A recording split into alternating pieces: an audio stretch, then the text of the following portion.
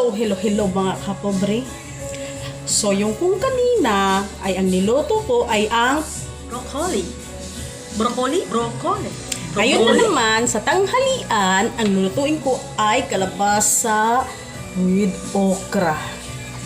Siyempre, para ganahan din sila kumain, hindi lang instead na gulay, hahaluan natin siya ng baboy. So, yun. So, tara, let's go. Luto tayo ng tanghalian. Lulutuin na natin yung bawang.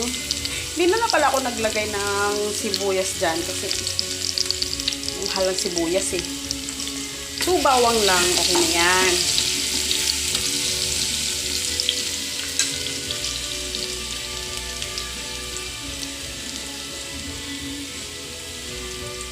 Siyempre, pag nag-brown-brown na,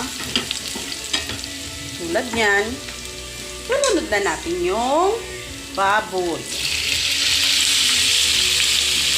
Diba?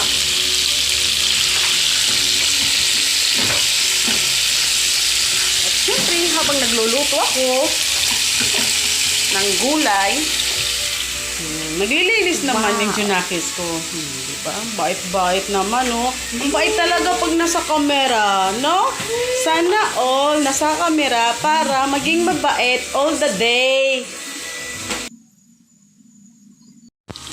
At yun na, nilagyan ko na siya ng toyo. Siyempre, lalagyan natin ng tubig konti. Siyempre, para pampalambot sa karne.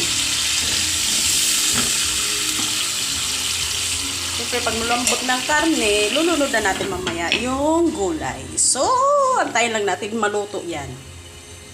So, ayan, luto na. Siyempre, lulunod na natin yung mahiwagang gulay. Ay, may nalaglag pa isa.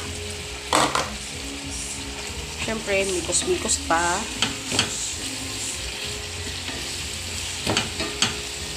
Madali lang ito maluto.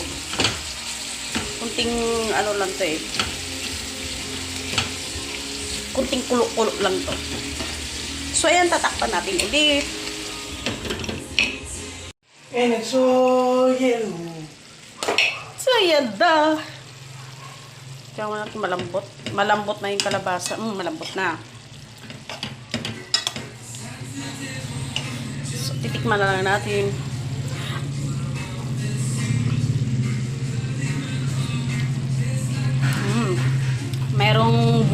Merong dinosaur kumukuha ng karne.